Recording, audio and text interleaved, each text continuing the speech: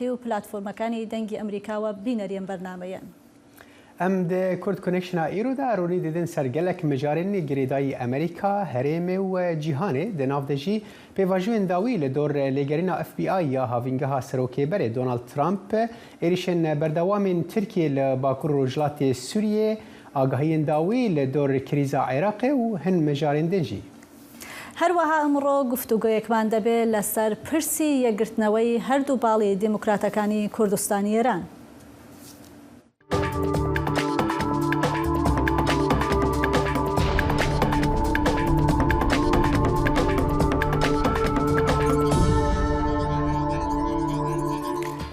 سەرۆکێبەرێ ئەمریکا دۆنالد ترامپ گوتکووی ڕۆژا چارشەمێ مادەیا پێنجانە دەستوری بێکار ئانی و دە لێ پرسینا سڤیلا نیویۆرکێ یا درێژدا لەسەر دانوستاندنین کارسازییا ویدا بەرسڤ نەدا. ترامپ سباها چارشەمێ گەهیشت ئۆفیسا دۆزگەرا گشتیا نیویۆرکێ لە تێشە جێمس لێ دەمژمێرێکێ شوندا داخوێنیەکدا و گوتکووی ڕەت کرد بەرسڤێ بدە پرسان لە گۆری مافێک و دەستورە ئەمریکا دەدا هەر وڵاتیەکی هەر تشتێک و ئەو دەما لێپرسینێدا بێژە دەکارە لە دژیوێ بێ بکارئانین دەمەکێدا کو لێپرسینا جێمس خوازایە خۆدا سڤیلە دۆزگەران ناوچەیە یا منهاتن لێپرسینەکە گونەهکاریە یا لە تەنیشت وێ بڕێوە دەبە. ترامپ پشتی کۆژی ئۆفیسا دۆزگەر دەرکەت بە مەدیایێران نەئاخوی. لێپرسینا سڤیل یا نیویۆرکێ ji hêla dozgera giştî li tîşa James ve tê rêvebirin û têda iddiayên ku kompaniya Trump nirxên malên biha û deyndar û karbidestên wergirtina bacan şaş kirine. Her li dor serokêberê Trump û agahiyên herîdawiyên serdegirtina FBI ya havîngeha wî ya Floridayê qanûndanerên komarî fişarê li Wezareta Dadê didomînin da ku sedemên biryara lêgerînê ronî bikin bersiveke ku Trump bi xwe dikare bersivê bide. Em niha bihtir dizanin ku FBI çawa ew belgeyên nepeniyên iddiakirî di hundirê Mar-a-Lagoya de dîtin. Ji bo agahiyên bihtir niha hevkarê me dixîlê şemo ji pêş Kongresê bi me re ye dem baş dixîl te îro çi divê derbarê de hazir kiriye. دم باش صالح يعني ايروبي شامبويس بديها ايروبي شامبوي هناك آگاهی نو هاتن اشکره کرن کاج برچی اف بی آی لیکولین دمالا سروکی اف بی آی البته آژانسا لیکولین فدرالیه امریکیه لیکولین دمالا سروکی بردا لفلوریدا کریا نیوز ویک گوارکا نوچایا و لیکولینیا و پشکنینیا لامریکا و هندک نپنی یان هندک گوتین بری پشت راس کرنا ام گوی خوبنی کا نیوز ویک چی بیجا نیوزویک دبیجه لمها شش خزیرانه یکی آگهداری هنه لسروان داکیمنتین دمالا ترامپ دا گوتیا لیکولران کود دبا پیتر داکیمنتین نپنین پیوندی بکاری حکمتی و هین د جهکی مالا ترامپ دبن. اوه پشتی دزگاه ها ارشیفان اجتماعی دیار کری که ترامپ 15 کارتونین گرتی جکوش کاسپی برنا مالا خواه لفلوریدا. دو مهاند پیرا. پتر جبیست کارمندین آژانسا فدرالی جارکادی چونه مالا ترامپ لمارالاگو و پشکنین لوان داکیمنتان کرکو سروکی با آوائه کی نقانونی جکوش کاسپی برنه. بگوتنا نیارن ترامپ. اف هجداریه که کو رنگ دنافوان داکیمنتان دا تشتک هبه نیشان بده کو رنگ سروکی بری تاوانک انجام دایا. بریوبری اف بی آی کریستوفر رای کو سروکی بری دونالد ترامپ بخوا او جبو بریوبریا اف بی آی دست نیشان کریه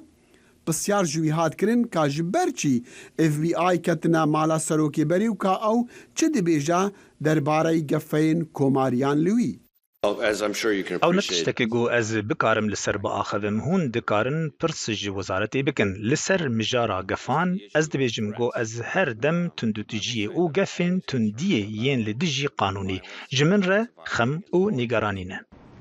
لی رایدارن کوماری رجدیه دیکن که دوید اف بی آی و وزارت عدادی جی برسوا وان پرسان بدن وان پرسین ایمیلن هیلاری کلینتون جی اینانا روژاوی نابێ مە لە ئەمریکا سیستمێکە دواستیە دادوەری هەبێ چاواوێ بسەرۆک ڕادانووساندن نەکرد وەک یاوێ بە هیلاری کلینتن ڕا دەربارەی ئیمێڵا وێدا کرد.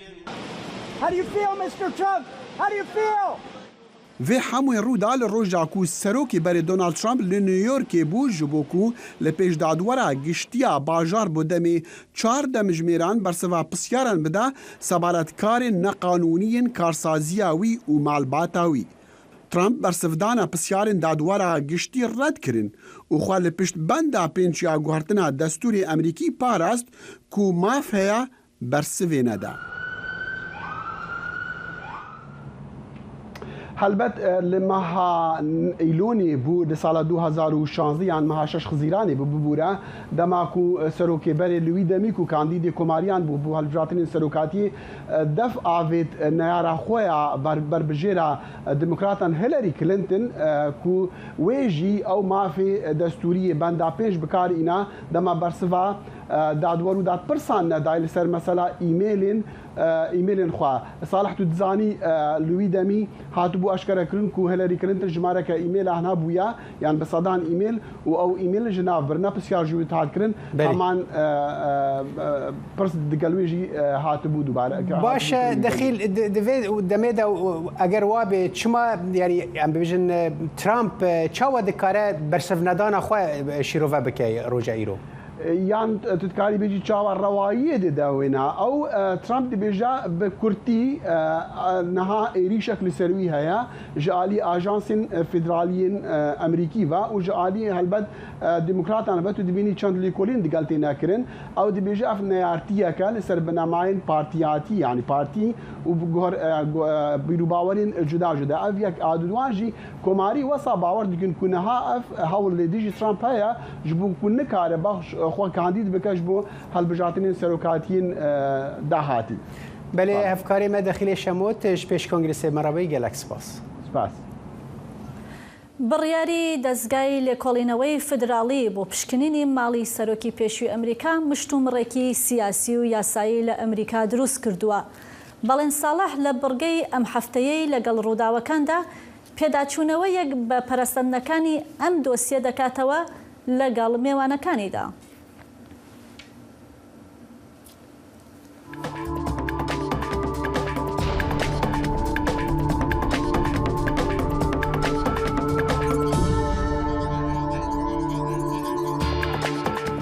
ئەم کاتتان باش دەستگای لێکۆڵینەوەی فێدراڵی لە هەنگاوێکی بێپێشینەدا وەک پەرسەندنێکی گەورەی دۆسەی لێکۆڵینەوە لە ڕووداوەکانی ڕۆژی 6 مانگی یەکی ساڵی 2021 ماڵی دانەڵد ترامپ سەرۆکی پێشووی ئەمریکا دەپشکنن و 15 سندوق بەڵگەنامە لە ماڵەکەیدا دەبن. کۆشکی سپی دەڵێت بڕیارەکەی FBI بڕیارێکی یاسایی بووە و هیچ پەیوەندیەکی بە کۆشکی سپیەوە نەبووە. سەرۆک و کۆشکی سپی لە راپۆرتی میدیاکانەوە ئاگاداری ئەم پشکنینەی FBI بوون وەک هەموو هاوڵاتیانی ئەمریکا پێشوەخت ئاگادار نەبووین. سەرۆک بایدن لەو کاتەوەی هەڵبژێراوە تا ئێستاش وەزارەتی داد سەربەخۆیانە کاری خۆی دەکات و سەرۆک بایدن بڕوای بە سەروەری یاسا هەیە. کاردانەوەی توندی لایەنگران و هەوادارانی کۆماریەکان لەسەر ئەم پەرەسەندنە زۆر بوو بە ئەندازەیەک ئەگەری ڕوودانەوەی تند و تویژی بە دوور نەدەزانرا. جێیەک بۆ توندوتیژی سیاسی نییە لەم وڵاتەدا خەڵک مافی دەنگ بەرزکردنەوەی هەیە بە شێوازێکی ئاشتیانە بەڵام ئێمە ناڕزایی دەردەبرین وەک چۆن زۆرجار دەرمان بڕیوە و سەرۆکیش زۆرجار بە هەمان شێوە ئەو ناڕزایەتی دەربڕیوە بەرامبەر هەر هەوڵێک و هەر شێوازێک کە ڕەفتاری توندوتیژ ئامێز لەخۆ بگرێت. دوابەدوای ژمارەیە دانیشتنی لیژنەی لێکۆڵینەوەی کۆنگرێس و هەروەها لێکۆڵینەوەکانی وەزارەتی داد سەرۆکی پێشووی ئەمریکا دەڵێ ژمارەی پێوانەیی شکاندووە لەو هەوڵانەی بۆ دادگاییکردنی دەدرێن. هەوڕێیەکم لەم ماوەی ڕابردوودا پێیوتم من لە مێژووی وڵاتەکەماندا لە هەموو کەسێک زیاتر دراوم بەدادگا ئەوجا منیش بیرم لێ دەکردەوە هەرچەندە زۆریش کاتم نییە چونکە زۆر دەدرێمە دادگا جا لەبەر خۆمەوە وتم لەوانەیە ڕاستیش بکات ئەمە چێ کارە ساتێکە. ئەم ناکۆچی و ئاڵۆزیە یاسایی و سیاسیانەی ئێستای ناو ئەمریکا لە کاتێکدایە هەروە دێ و نزیک دەبینەوە لە هەڵبژاردنەکانی میدتێرمی کۆنگرێس کە بڕیارە لە مانگی یازدەی داهاتوودا بکرێت و زۆرێکیش لە چاودێر دەڵێن دەکرێت بەرەنجامەکانی ئەو هەڵبژاردنە ئاماژەیەکیش بدا بەوەی لە هەڵبژاردنەکەی 2024دا کامیان دەچنەوە کۆشکی سپی کۆماریەکان یان دیموکراتەکان. کامران کوردی شارەزای کاروباری ئەمریکا میوانی ئەم هەفتەی لەگەڵ ڕووداوەکاندایە. کامران سەرەتا زۆر سپاس دەکەم بۆ ئامادەبوونت. بە یەکەم پرسیارم ئەوە بێ لە پاش ئەو پشکنینەی لە ماڵی ترامپ کرا لە ئستانی فلۆریدا چاوەڕوانی پەرەسەندنی زیاتر و گەورەتر دەکرێت لەم دۆسەیەدا؟ چاوەڕێکرێت ئەگەر ئێمە هەر سەیری ڕاگەیاندنەکان بکەین دوای ئەوەی ڕۆژی دووشەممە کارمەندانی فیدرالی دەستگای فیدرالی لێکۆڵینەوەی فیدرالی FBI کە سی ئەیجنت بوون کارمەند بوون و هەڵیان کوتاوەتە سەر شوێنی حەوانەوەی یا مارەلاگۆ ترامپ بە تۆمەتیەوەی کە بۆ نمونە 15 باکسی تایبەتی کە بڵین داکیومنتی نهێنی تایە کە ئێمە لە بیرمان بێت سەرۆک مافیەوەی هەیە کە بتوانێت هەچ داکیومنتێک هەبێت ئەوەی کە نهێنی بێت ئەتوانێت دژە نهێنی بکاتەوە ینی ڕای بگەێنێت و بۆ ڕایگشتی هەریە سەر کاردانەوەکان زۆر تون بوو بۆ نمونە سیناتۆرەکان و بۆ ڕیپەبلیکەکان هەر لە کێڤن مەکارتی هەر لە مچ مەکانێڵ هەمان ڕەتدانەوەیشی توندیان هەبوو بۆ نمونە مچ مەکانێڵ ئەڵێت خەڵکی ئەمریکا حەقی خۆیەتی بزانرێت بۆچی لە پێناو چیا بۆچی ئەم کارە کراوە. کێڤن مەکارتی کە بەرپرسی کۆماریەکانە ئەوڵێت ئەمە مەترسیەکە کە بۆ نمونە دەستگاکان بەکارەهێنرێت ئەکرێنە چەکێک دش بە نەیارانی سیاسی. باشە کە کامەران ئەگەر یارمەتیم بە لێرەدا پرسیارێک ئەوەی کە جەنابەت ئاماژەی پێدەکەی دەڵی سەرۆک مافی خۆیەتی ئەو بەڵگەنامە نهێنیانە لە لای خۆی هەڵگرێەوەکەی ویستی ئاشکرایان بکە. بە پێی چ پێوانەیەک ئایا ڕێوشۆنێکی تایبەتی هەیە کە ئەو مافە بە سەرۆکی ئەمریکا دەدا یاخو پێویستە ئەو ڕێوشۆنانەی کە دانراون بە هەماهەنگی بێ لەگەڵ دەستگای نیشتیمانیەکانی تری ئەمریکادا؟ کە سەرۆکی وڵاتە ئەڵبەتە ئێستا دۆناڵد ترامپ سەرۆکی حالیە ئێستای نییە بەڵام کاتێک کە سەرۆکە مافیەوەی هەر داکیومنتێک بێت بەو مەرجەی مەترسی نەبێت بۆ سەر ئاسایشی نەتەوەی ئەتوانێت ئەو داکیومنتە لە بواری نهێنی لابات و ئاشکرای بکات. ئەمە یاسایەکە و پاشە بۆ نمونە ئێمە لە ئەمریکا پابلیک ئینفۆرمیشنمانەیە هەموو کەسێک من و تۆکو هاوڵاتیەک دەتوانین بۆ نمونە هەچ دەستگایەک لە هەر شوێنێکمان هەبێت فۆرمێکە داوای ئەەکەین و زانیاری گشتی هەیە لەبەرەوەی ئەبێ زۆر گرنگە بزانین لێرە حکومت ئیش بۆ خەڵکەکە خەڵک ماف و شەرعیەت ئەیە بە حکومت نەک بە پێچەوانەوە بێت بۆ نمونە سیاسیەکان ئێمازانین هەمیشە ئەکرێت کە بۆ نمونە دەسەڵاتیان بەخراپ بەکاربێنن و هەروەها تێبگرین لە دۆسیەی گەندەڵی کە بۆ نمونە ئێساکە دیموکراتەکان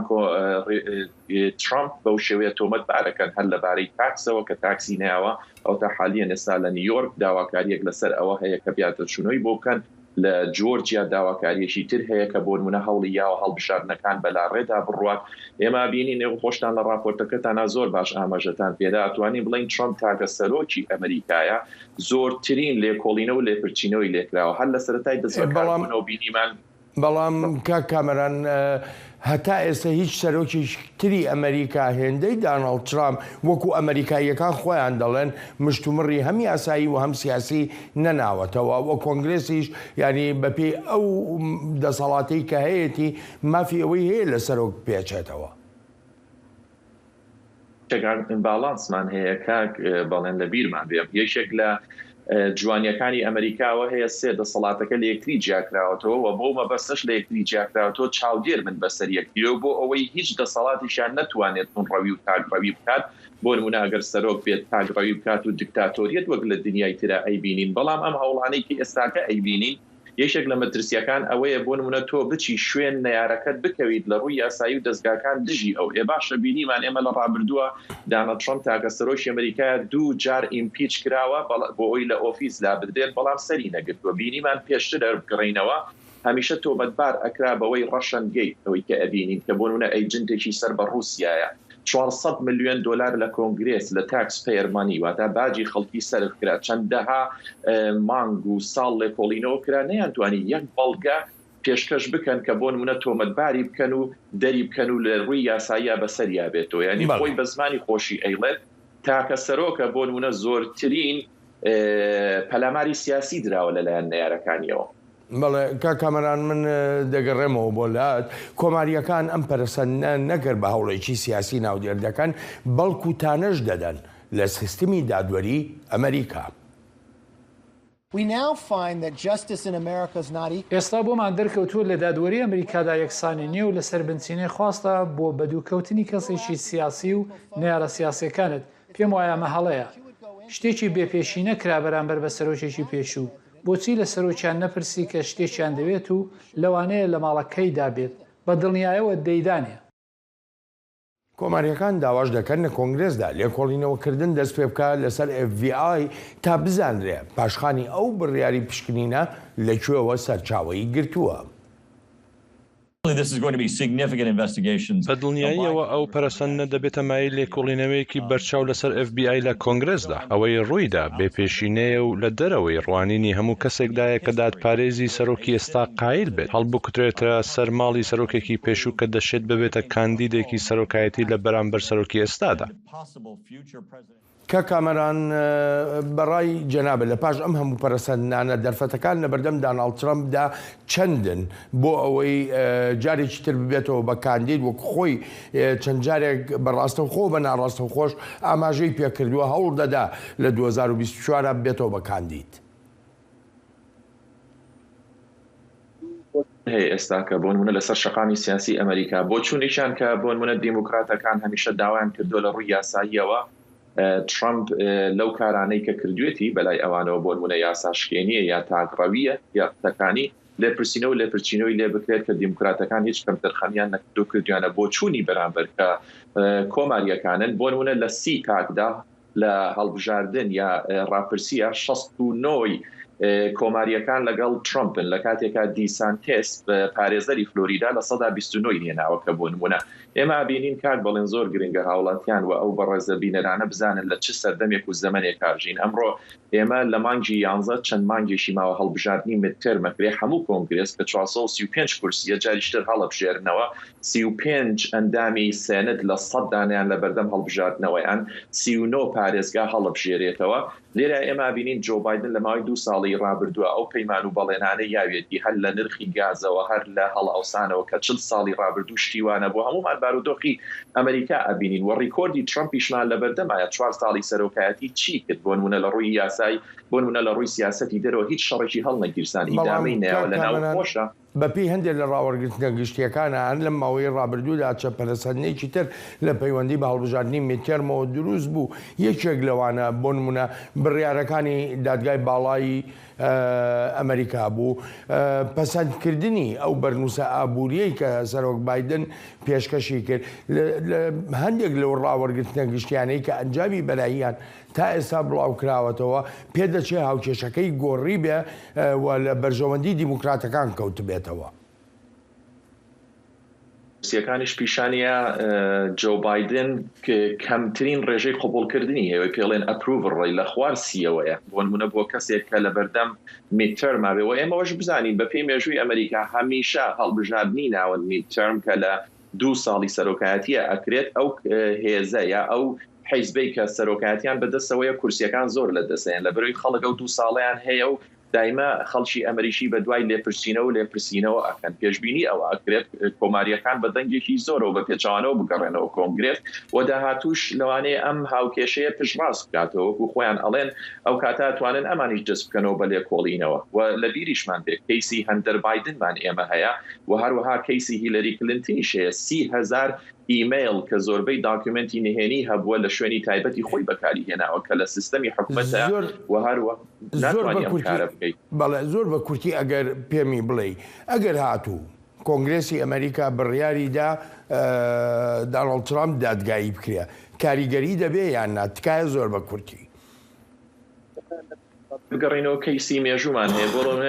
یوجین دێبسمان هەیە یوجین دێبس کە بۆ نمونە کاندیدێکی سەرۆکایەتی بوو ساڵی 1900 لە ناو سجنا بوو و دادگای و هەروەها جان گۆردنیشمان هەیە لەویا کاندید کرایەوە بۆ نمونە فێدراڵێک دادوەرێکی فێدراڵی وتی ئەگەر فێڵنی یعنی ئەگەر بشتیتە ناو سجنەوە ڕێگری لەوە ناکرێت کە بۆ نمونە نەتوانی خۆت هەڵبژێریت بۆ پۆستی سەرۆکایەتی. بەڵێ کاکامەران سوپاس و پێزانینم بۆ بەشداری لە بەرنامەی بڕگەی لەگەڵ ڕووداوەکاندا زۆر سپاست دەکەم ئەلبەتە ئازیزان سپاسی بێپایانم بۆ ئێوەی خۆشەویستە دەگەڕێینەوە لای کورد کۆنێکشن پاش ئەم ناوبڕە. دەنگێ ئەمریکا جافکانیەکە پێباوەریان و چاو ئاگاهیان.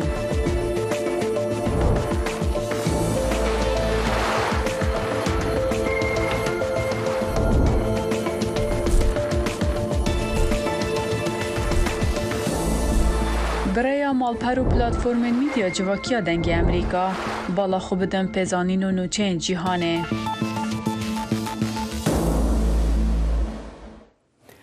وزارت درەوەیە گراڤا خۆسەر تایوانê roja pêşemê got ku Taywan modela yek welat û du sîstem ya ku Bêjîn vê hefteyê pêşniyar kiribû red dike. Berdevka wezaretê ji wan o di konferanseke rojnamevanî de li Taypiya paytext got tenê gelê Taywanê dikare biryara siberoja xwe bide. Wê got Çîn serdana seroka Encûmena Nûneran ya Amerîka Nancy Pelosi bo Taypiyê wekû behaneyekî ji bo afirandina rastiyeke nû ji bo tirsandina gelê Taywanê bikartîne. Çînê ku got ku artêşa wê karûbarên cûrbecûr li derdora Taywanê qedandine û nobedariyên rêkûpêk pêk tîne ku dibe nîşana bi dawî anîna rojên lîstokên şer bide lê di heman demê de Bêjîn dê fişara xwe li ser giravê bidomîne. Nancy Pelosi dibêje Amerîka dê rê nede Çînê ku Taywanê aysole bike. وەزارەتی دادی ئەمریکا ئەندامێکی لەقی دەرەوەی سوپای پاسدارانی ئێرانی بە پلانگیری بۆ کوشتنی جۆن بۆڵتن تۆمەتبار کرد. دادگای ناوچەی واشنگتۆن دیسی بە پشبەستن بە بەڵگەکان ڕایگەیان کە ئەم ئەندامەی سوپای قودسی ئێران بە ناوی شەهرام پورسەفی کە بە مەهدی ڕەزایی ناسراوە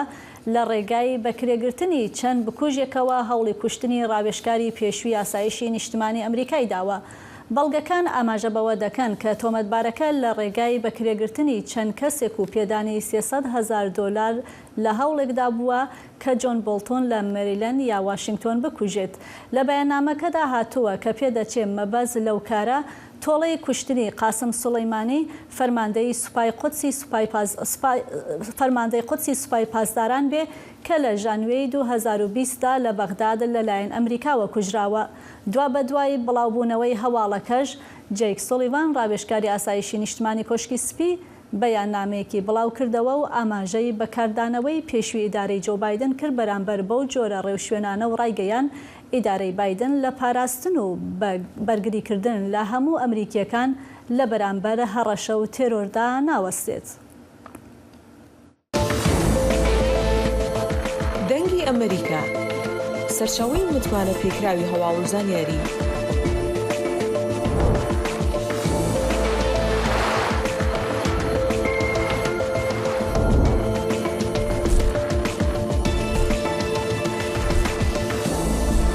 لە ماڵپەڕ و تۆڕە کۆمەڵایەتیەکانی دەنگی ئەمریکاوە ئاگاداری هەواڵ و گۆڕانکاریەکانی جیهان بە.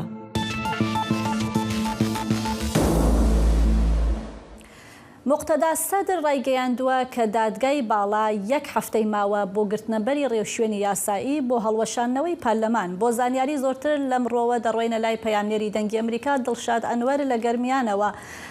دڵشاد ئەو کاتت باش دەزانی دڵشاد وەک دەزانی سەدر دوای داوای خۆپیشاندانێکی دیکەی کردووە لە دوای نوێژی هەینی و هاوکاتی چوارچێوەی هەماهەنگی بە هەمان شێوە دەیانەوێ بێنە دەرەوە. پێدەچێ شتێکی گەورە ڕوو بدات بەڕای تۆ لە دوای نوێژی هەینی؟ بەڵێ دیارە وەک ئاگادارن کە لە دوای خۆپیشاندانەکان و هێوربوونەوەی دۆخی عراق چاوەڕوانەکرێت سبەینی هەینی جارێکی تر بارودۆخی عراق ئالۆز ببێتەوە. بە تایبەت سەدر داوای لەلایەنگرانی کردووە کە سبەینێ بڕژێنە سەر شەقامەکان و چوارچەوەی هەماهەنگیش داوایان لەلایەنگرانیان کردووە بە بیانووی پاراستنی دام و دەستگا دەوڵەتەکان و شکاندنی شکۆی پەرلەمان سبەینی خۆپیشاندان بکەن. دیارە سەدر دوای کشانەوەی پەرلەمانتارەکانی لە پەرلەمانی عراق ئەکرێ بڵین کە لەلایەن زۆرێک لە چاودێرانەوە بە هەڵەی استراتیژی ناوە برێت، چونکە سەدر کاتێک لە پەرلەمانی عراق نەکشابوویەوە ئەیتوانی ئەم داواکاریانەی کە ئێستا داوایەکات بە ئاسانی جێبەجێ بکات، بە تایبەت هەڵوەشانەوەی حکوومەت و هەڵوەشانەوەی پەرلەمان و گەڕانەوە بۆ هەڵبژاردننی پێشوەخت. ئەو کات لایەنەکانی نێو چوارچەوەی هەماهەنگی بۆ ئەمە ئامادە بوون بەڵام ئێستا سەدر کە لە گۆڕەپانەکە کشاوەتەوە ئەو دەرفەتەی بۆ چوارچەوەی هەماهەنگی قۆستوەتەوە یاخود ڕەخساندووەوە چوارچەوەی هەماهەنگی گۆڕەپانەکەیان بۆ چۆڵ بووە کە حکوومەت تەشکیل بکەن بۆیە لە ئێستادا سەدر هەموو هەوڵەکانی بۆ ئەوەیە کە چوارچەوەی هەماهەنگی حکوومەت پێک نەهێنن و دوای بەیاننامەکەی سەدر چوارچەوەی هەماهەنگیش بێمنەتانە ڕایانگەیان کە دەبێت لایەنە کوردیەکان خۆیان ئامادە بکەن بۆ دیاریکردنی سەرۆکۆمار و پەلەکردن لە پێکهێنانی حکوومەتی عێراق بۆیە چاوەڕوانەکرێت سبەینە جارێکی تر بارگرژیەکان و خۆپیشاندانی هەردوو لاسەر هەڵبداتەوە بەتایبەت کە چوارچەوەی هەماهەنگی ئامادە نییە کە خواستەکانی سەدر جێبەجێ بکات و سەدریش ئەم پەنابردنەبەر شەقام و پەنابردنەبەر کارتی جەماوەری دوایین کارتێتی کە ڕەنگە سەدر بە ئاسانی دەستبەرداری ئەمە نەبێت تەنانەت ئەگەر دۆخەکە بگاتە ئاڵۆزیش بۆیە لە ئێستادا دۆخی عێراق گەڕاوەتەوە چوارچەوەی سەرەتاوە گەڕاوەتەوە ئەو هێنیەی کە خۆپیشاندانی هەردوو لە سەر دڵشاد کەواتە مەبەستت ئەوەیە کە لەوانەیە چوارچێوەی هەماهەنگی قبول نەکات کە با بڵێن پەرلەمان هەڵبوەشێتەوە؟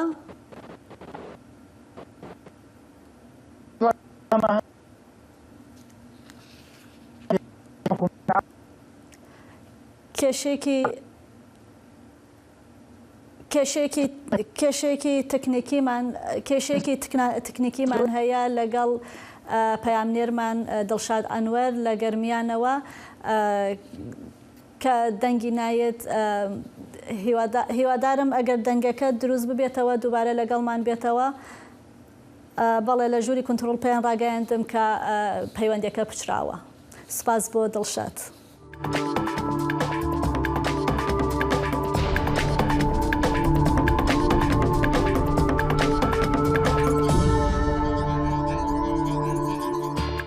زلامێکی بریتانی کە بە ئەندامبوونا شانەیەکە ڕەواندن و کوشتنê ya Daişê ku bi navê Beatles tê naskirin hatibû tawanbarkirin piştî ku vegeriya Brîtanyayê bi tawanên terorîzmê hat sûcdarkirin. Polîsê ku lêpirsînên dijî terorê lê Brîtanya bi rêve dibe bi fermî navê wî wekû Ayn Davis danasîn û got ku ew di nav destê polîs de ye. Polîs got ku wan Davis girt piştî ku ew li balafirgeha Luton bi geştekê ji Tirkiye da ket tê dîakirin ku ew endamê şaneya Daişê bû ku bi dehan dîlên biyanî li Sûriyê di navbera salên 2012 û 2015 de girtin û ji ber tevokên xweyên Brîtanî ji aliyê dilê wan ve wekû Beatles dihatin naskirin. Çar endamên Beatles bi revandina herî kêm 27 rojnamavan û xebatkarên alîkariyê yên em ji Amerîka, Brîtanya, Ewropa, New Zealanda, Rusya û Japonê tên sûcdarkirin. Tê gotin ku destê wan di kuştina rojnamavanên Amerîkî James Foley û Stephen Sutcliffe û herwiha xebatkarên alîkariyê Peter Kasig û Kayla Moller da heye. کوردانی سووریا ئیدانەی هێرشەکانی سوپای تورکیا دەکەن بۆ سەر قامیشلۆ و هەندێک ناوچەی نزیکی سنوورەکە و داوایان لە کۆمەڵگەی نێودەوڵەتی کردووە بەر بە هێرشەکانی تورکیا بۆ سەر خاکەیەکەیان بگرن. لە ئەنجامی تۆپبارانەکانی دوێنەی تورکیا ژمارەیەک لە دانیشتوانی ناوچەکە بوونە قوربانی و زیان بە ماڵ و مڵکەکانیان کەوتووە. Roja çarşemê dehê tebaxê bi sedan iştecîhên bajarê Qamişlo cangoriyên Hesedê got encama êrişekê bi balafirekê bê pîlot ya artêşa Tirkiyeyê de jiyana xweşdest dan û xir kirin. Di heman demê de. Drûneke Tirkiye otomobîleke li nêzî gundê me Spat li başûrî bajarê Qamişlo armanc kir û di encamê de sê kesan jiyana xweşdestan. Kulana Kurdên Qamişloyê bi tundî êrişên Tirkiyeyê şermezar kirin û bank hêzên navdewletî kirin got destwerdanê bikin û rê li ber gefên şer ên Tirkiyeyê bigirin. Şîniyê taxa Cirnikeyê bajarê Qamişloyê Salah Ehmed roja yekê ji êrîşan topek li ser mala wî ket. Dibêje ji ber topbarandina Tirkiye hevser û keça wî birîndar bûne. دورا دا ساعت سي حتى سين حتى شاوادا وتسيني حتى شاوادا بون ومدقي توبا قالك توب دنجا تشيبون راسيم ترسان زارو سعي نه زارو جنبون ايم بون اي برايم بون اي خوامو سعيل جنبون ودنجا توبا قالك هاد راسيم ترسان ازاوي اخر اشتغليم قربان كازورا بخدي دنجا توبا قالك تي ام ترسان وتين زيكي متكفى تليفونه خداني واسكت مهندرودا وتوبا كات الجنبكات بەردەوامی ئاخافتنا خۆدا برێز ئەحمەد داخواست جیواکە ناودەوڵەتی دیکە گۆ ئێریشن تورکیایی لەسەر سڤیلان ڕاوەستینە. ئەمزانم یان شمەت خوازی زانم دیوڵە شەر نەبەلشیە هەوا شەر بەلشیە مافچنە خەفچیەونا داوینە بەدەنیا و بەدەنیا توبژن مانە خەفچیەونا مانە شەرابنا ئەفتە شەرابنا دیوڵی شەر نەبەلشیە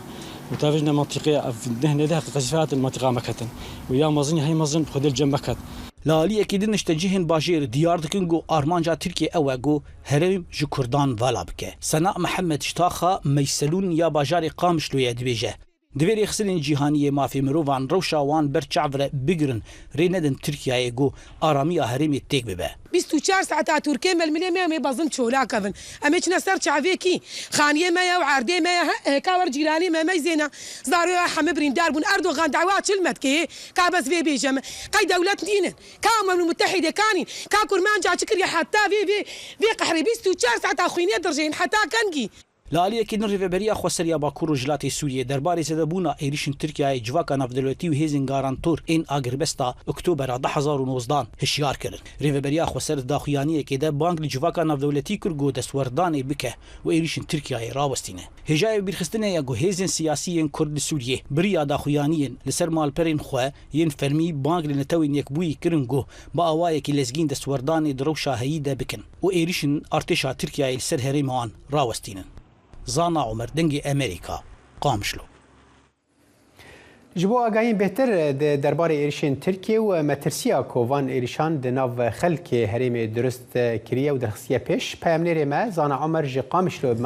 مرایه دم باش زانا جبلی اف بانگو داخوازن که ریوبری و پارتیین سیاسیین لبیجن باکور و جلات سوریه در دخن تشتکی رجدی لسر عرده کرنه یعنی کمبون سردان دوی درباره ده کرنه جبو راوستان وان ایرشان بله دم باش صالح شخوا ج دمن دسپیک دین و ایریشا ام دتکلی دنش بو ورگرتنا هن آگاهیان درباره وان ایریشان و تفگر دیپلماتیک آن حقوقی جبو راوستاندن وان ایریشان جیدرن تایبت جریوه بریا خسر و هیزن سوریا دموکراتیش بود دنگ امریکا تکس کرنگو او لگل های پیمانی ناف دولتی شر دیجی داعشی ده وک امریکا تایبتی گارانتوری آگربستا اکتبر 2019 و لگل روسیای گارانتوری پیمانا سوتشی دجفن او تتكليه دنا دحر دقيقه او روشي دشوبين لغوري وي جدري قلت بيتر او غارانتور دخوازنجو استا توندي داخلين ايرو هنكي بدنجي هي اللي بريا دسبيكرنا برنامج بچند دقيقان ديمنك جاليه هي سوريا ديمقراطيك هاد وشاندن تدا روکیتک آویتیه لشکرین ترکیه 23 لشکر لگوری نوچیا هیزن سوریه دموکراتیک هاتنه کشتن لگوری هسته او برسوا روا لدیجی او ایریشنگو پیک آنینه مروف نزانه نها پشتی بلاکرنا و او کیجان او کنگی چه بویه او برسوا هسته روجی لگوری و نها ندیاره و چاواب بله هر حال اونا دبیجنجی یعنی او برسوین واجی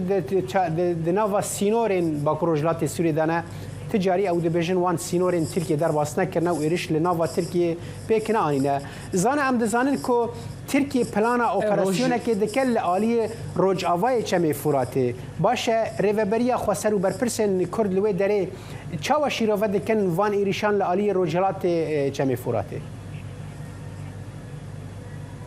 يعني او ايريشن روجلات يعني باكور روجلات سوريه بتايبتي روج افاي ويجي هنا يعني الملي روج هلاتي وي اف بدخينين دنرخينن جو انجاما بيمانا رونشتنا يعني جو رونشت بيمانا ك يعني هفكرنا كشارتي دبغو هبد نافبرا روسيا وتركيا ده وجو او دفر جو لراستي تو باراندينتين براني اخو او دفر جو روس اللي وي داري هاتنا بلافكرن بشتي فكشادنا هيزن امريكي يا سال 2019 بتایبەتی هەن دەبەرێن دن یعنی سینۆردار دناوبەرە تربەسپیە و چلاغەدە ئەو دەبەر هێزن ئەمریکی لورن حتا گوندێ تلزیوانێ هەن ئاگاهی دگوتن گۆ هەن عسکرن ئەمریکی نێزیکی وێ دەرێژی هەبوون لێ ئەv خوندنا vê بتایبەتی بناو dikin got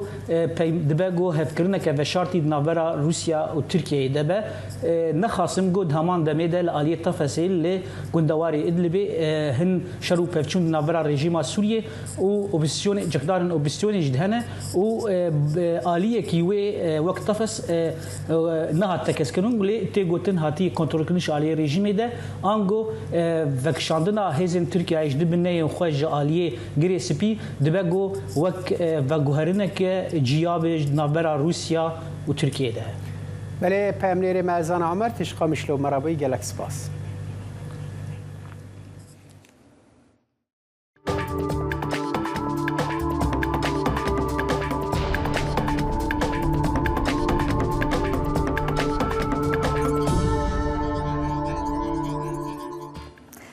حزبی دموکراتی کوردستانی ئێران وەک یەکێک لە کۆنترین حزبە کوردیەکانی ئێران کە لە ساڵی 1945دا دەستی بە چالاکی کرد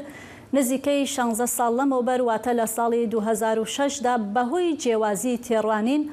لە چۆنیەتی بەڕێوەبردننی ئەو حزبەدا تووشی لێکدابڕان بوون و دوو حزبی دموکراتی کوردستانی ئێران حەتکا و حزبی دموکراتی کوردستان حەدەکی لێکەوتەوە لە دوای ئەو دابڕانە کۆمەڵێک هەوڵ بۆ یەگرتنەوەی هەردوو باڵی دموکرات دران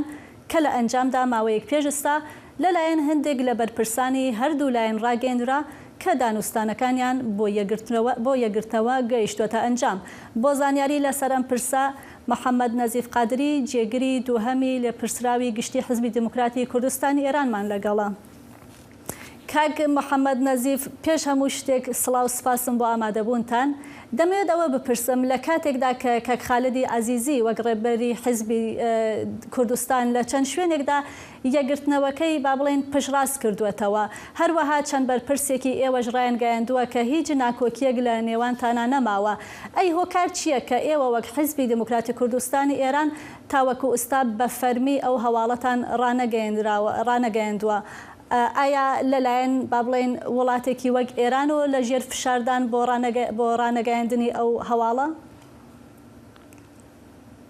زۆر سپاس لەگەڵ سەڵاو و ڕێزمان بۆ جەنابەت و ستافی بەرنامەکەتان ئەوەی کە پەیوەندی بە پرسی یەکگرتنەوەی دیموکراتەکانەوە هەیە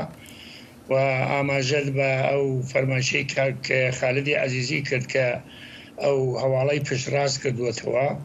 منیژە تەئید یەکەم وایە پرۆسەی یەکگرتنەوەی دیموکراتەکان لە ڕاستیە هەموو بڕگەکانی خۆی پێواوە و تەواوی ئەو خاڵە ئەساسیانەی کە لە چوارچێوەی گفتوگۆی ئێمە لەگەڵ هاوڕێیانی حیزبی دموکراتی کوردستان بووە بە ئاکامی دڵخواز گەیشتووە ئێمە لە کۆبوونەوەیەکی ڕەهبەری هەردوو لامان ئەو بابەتەمان تاوتوێ کردووە و هەمومان تەئیدی پرۆسەی یەکگرتنەوە و ئەو پرۆتۆکۆلەمان کردووە کە هەیئەتەکانی دیالۆگی هەردوو لە بە ئەنجامیان گەیاندووە بۆیە ئەوەی کە ئەگەڕێتەوە سەر ئێمە وەک حیزبی دموکراتی کوردستانی ئێران ئێمە هیچ گوشارێکی دەرەکیمان لەسەر نییە و ئەوە ئەگەڕێتەوە بۆ سەر کۆمەڵێک ئەرک و وەزایف و بەرنامەی حیزبی کە بە هاوکاری و هەماهەنگی و اتفاق لەگەڵ ڕەهبەری حیزبی دموکراتی کوردستان لەسەری ساغ بووینەتەوە و لۆژنەیەک ئەرکدار کراون بۆ ئەوەی کە پرسی ئەعلامی یەکگرتنەوەی دموکراتەکان لە چوارچەوەی ڕێڕسمێکی شکۆدار بە حزوری بەرپرسانی یەکەمی حیزبەکەمان و دۆستانی حیزبی دموکراتی کوردستان و حیزبی دموکراتی کوردستانی ئێران و بەگشتی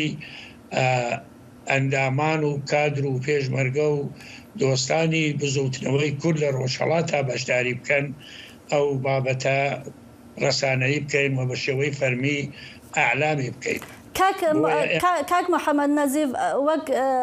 ئاگادارین خۆ دەزانی کە نزیکین لە ساڵوەگەڕی با بڵێن دامەزراندنی حزبی دموکراتی کوردستانی هەم ئێران هەم با بڵێن حەدەکیش پێدەچێت کە با بڵێن بەم زوانە بە شێوەیەکی فەرمی تەنانەت جەژنەکانتان تێکەڵ بکرێنەوە و پێکەوە ئەو بۆنەیە با بڵێن بە تێکەڵاوی ببەنە ڕێوە؟ ئێمە بەپێی زەمانبەندیەکە کردومانە مەراسمی ئەعلامی یەکگرتنەوەی دموکراتەکان لە کات و ساتی خۆیان ڕائگەیەندرێ ئەوەی کە پەیوەندی بە ساڵڤەگەری دامەزراندنی حیزبی دموکراتی کوردستانی ئێران یا بڵێن حیزبی دموکراتەوە هەیە ئەو ساڵ بەپێی کۆمەڵێک ڕێوشوێن کە هەیئەتی هاوبەشمان دیاری کردووە مەراسمەکان لە دەرەوە لە نێوخۆی وڵات و لە هەرێمی کوردستان بەڕێوە ئەچێت نەفەسی بەڕێوەبردننی ڕێوڕسمەکان و ساڵڤەگەری دامەزرانی حیزبی دموکرات ڕاست ئەو نەفەسەی یەکگرتنەوەی دموکراتەکانی پێوە دیارە تاکیدە لەسەر هاوخەباتی پێکەوە تاکیدە لە یەکسەنگەربوونە تاکیدە لە مەبارزە دژ ڕژیمی کۆماری ئیسلامی تاوەدی هێنانی ئامانجەکانی گەلی کورد لە ڕۆژهەڵاتی کوردستان و هەروەها تحققی دموکراسی لە ئێران و پێکێنانی نظامێکی دموکراتیک و فدرال و هەروەها هاوخەباتیە لەگەڵ حیزب و لایەنە سیاسیەکانی ڕۆژهەڵات و هەروەها تەنزیمی ڕەوابط و زیاتر گرنگیدان بە هاوخەباتی لەگەڵ بەشەکانی دیکەی کوردستان و حمایەتی سیاسی لە دەستکەوتە سیاسیەکانیانە بۆیە لەو پەیوەندیەدا ساڵڤەگەری دامەزراندنی حیزب ڕاست نەفەسی یەکگرتنەوە یا نەفەسی یەکتێتی و یەکڕێزی دموکراتەکانی پێوە دیارە ئینشاڵڵا لە داهاتووێکی نزیکە ئەو پروسەیە تەواوی خۆناغەکانی خۆی تێئەپەرێنێ بەو پێیەکە ئاماژەم پێکرد بە شێوەی فەرمی ڕائەگەێنرێ و حیزبی دموکراتی کوردستانی ئێران و حیزبی دموکراتی کوردستان پێکەوە لە ڕێوڕسمێکی هاوبەشدا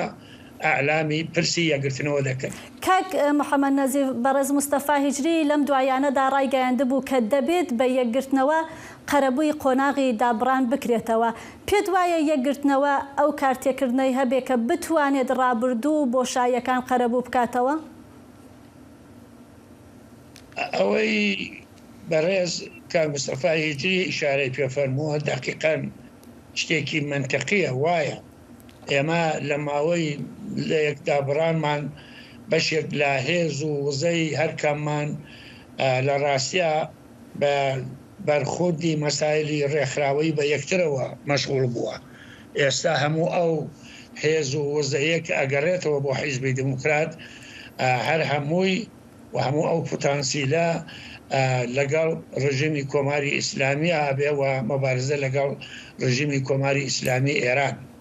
بۆیە ئەوەی کاک مستەفا هیجری ئاماژەی پێفەرمووە تەبیعەتی سیاسی حیزبەکە خوازێ وابێ و تێکۆشەرانی دموکراتیش بە ئەزمموی سیاسی و بە هەموو ئەو فەراز و فرودانەی کە لە عەرسەی سیاسیە لەگەڵی ڕوبەڕووبوون تەبیعەتەن دەبێت ئیلهامگیر بێ لە ئەو ئەزمونانە و لە چوارچێوەی یەکگوتاریە و لە مەیدانی کردەیە قباتگەرانی دموکراتی دەبێ هەموو هێز و تواناکانیان لە جهەتی مەبارزە ڕژیمی کۆماری ئیسلامی ئێران هەبێ. کاک محەممەد نەزیف پێم وابێ ئەگەر هەڵە نەبم یەکەم جار هەوڵی یەکگرتنەوەی دموکراتەکان لە ساڵی 2012دا لەلایەن کۆنسۆڵی ئەو کاتی فەڕەنسەوە لە هەولێر هەنگاوی بۆ هەڵگیرا بوو. ئایا ئەم جارەش لایەنێکی دەرەکی نێوەنگیری ئەو یەکگرتنەوەی کردووە یان تەنها لەلایەن خودی حیزبەکانەوە هەوڵی بۆ دراوە؟ ئەوەی کە ئەو دابڕانە لە حیزبی دموکراتی کوردستانی ئێرانە هەروەک ئاماژەت پێفەرموو لە 2006 ڕوویدا هەم حیزب و لایەنە سیاسیەکانی بەشەکانی کوردستان هەم دۆستانی ئوروپاییمان و هەم تێکۆشەرانی کورد لە دەرەوەی وڵات و هەموو ئەو کەسانەی کە بە پەرۆش بوون وە گەشەکردنی بزوتنەوەی نیشتمانی کورد لە ڕۆژهەڵاتە ئەو لە یەکدا بڕانیان پێ ناخۆش بوو و هەر کامیان لە ئاستی خۆیانەوە پەیوەندیان بە ڕەهبەری هەردوو لامانەوە گرتووە کە هەوڵ بدەین مەسئلەی یەکگرتنەوەی دیموکراتەکان ببێتەوە بە ئەمری واقع.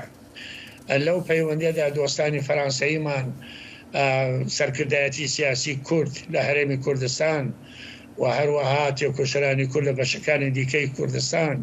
مامۆسایانی زانکۆ، هونەرمەندان، نووسەران، کەسایەتی ئەکادیمیەکان،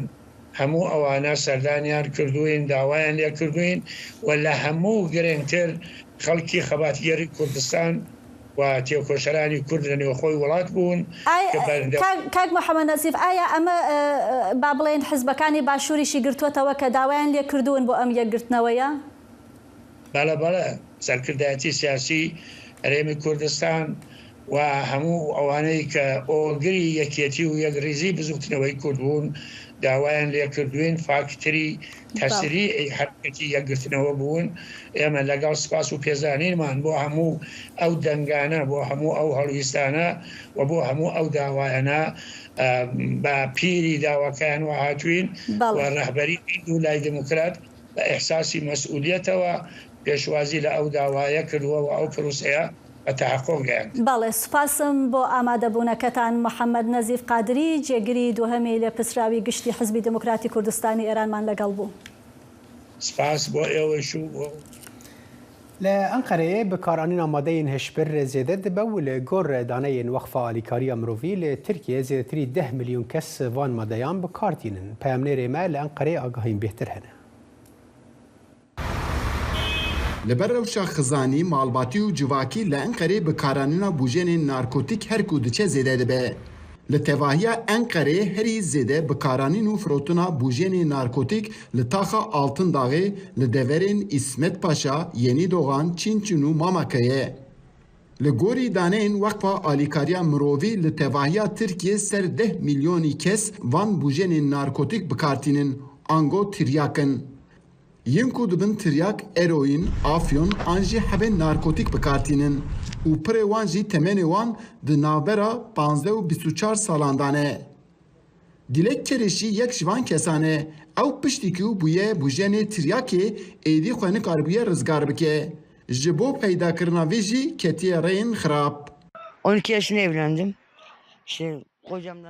Ez 12 sal bûm demê min jiyana hevjînî bi pêk anî. Min sê zarok hene lê hevjînê min her cûrê tundiyê bi serê min anî. Min nezanîbû tiryak çi ye. Piştî van geşedanan, cîrana min ez fêr kirim. Ez niha nikarim xwe jê rizgar bikim. Ji bo peydakirina maddeyên hojbir, ez gelek caran bi rêyên xirab para qezanc dikim.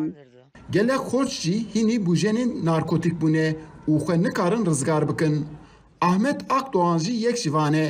Ew him bixwe tiryake û him jî demekê firotin kiriye û paşê jî ketiye girtîgehê. Lê ana dixwaze ku xwe ji vî rizgar bike. İşte babam vefat ettikten sonra Piştî ku bavê min mir ez bi tena serê xwe mam kes tu nebû rê ji min re nîşan bide.